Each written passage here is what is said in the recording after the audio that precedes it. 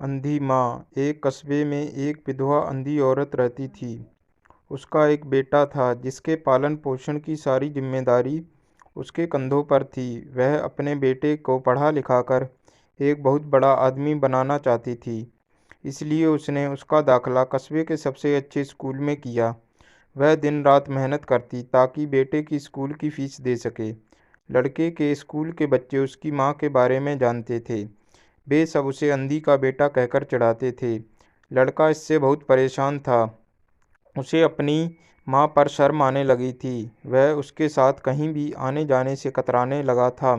जब लड़का बड़ा हुआ तो उसकी शहर में अच्छी नौकरी लग गई। उसने अपनी माँ से वादा किया कि शहर में मकान लेकर वह उसे लेने आएगा। लेकिन वह शहर गया तो फिर लौटकर वापस ही नहीं आया।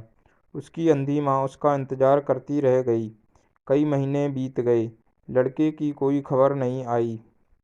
अंधी एक दिन उससे रहा नहीं गया और वह बेटे से मिलने शहर पहुंच गई। पूछते पूछते वह बेटे के ऑफिस पहुंची। वहां सिक्योरिटी गार्ड ने उसे रोक दिया।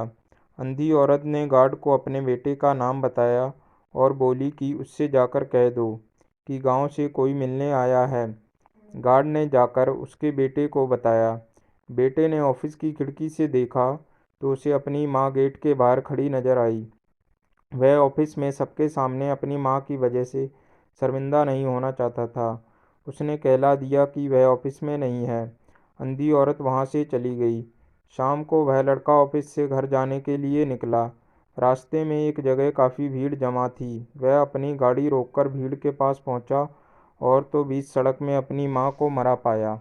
उसके हाथ में एक चिट्ठी थी जिसमें लिखा था, बेटा बड़े दिन हो गए थे, तेरी कोई खबर नहीं मिली। चिंता हो रही थी इसलिए तुझसे मिलने चली आई। तू तो अब बड़ा आदमी बन गया है।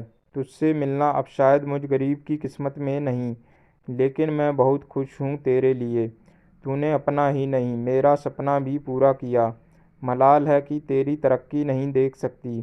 काश बचपन में तेरी आंखों में सरिया ना घुसा होता और मुझे तुझे अपनी आंखें ना देनी पड़ी होती, तो तेरी तरक्की अपनी आंखों से देखकर सुकून से मरती।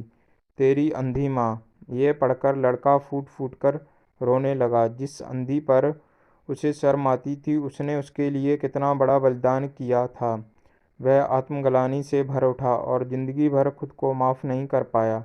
दोस्तों, माता पिता अपने बच्चों के लिए अपना सर्वस्व न्यौछावर कर देते हैं। उनका हमेशा सम्मान करना चाहिए।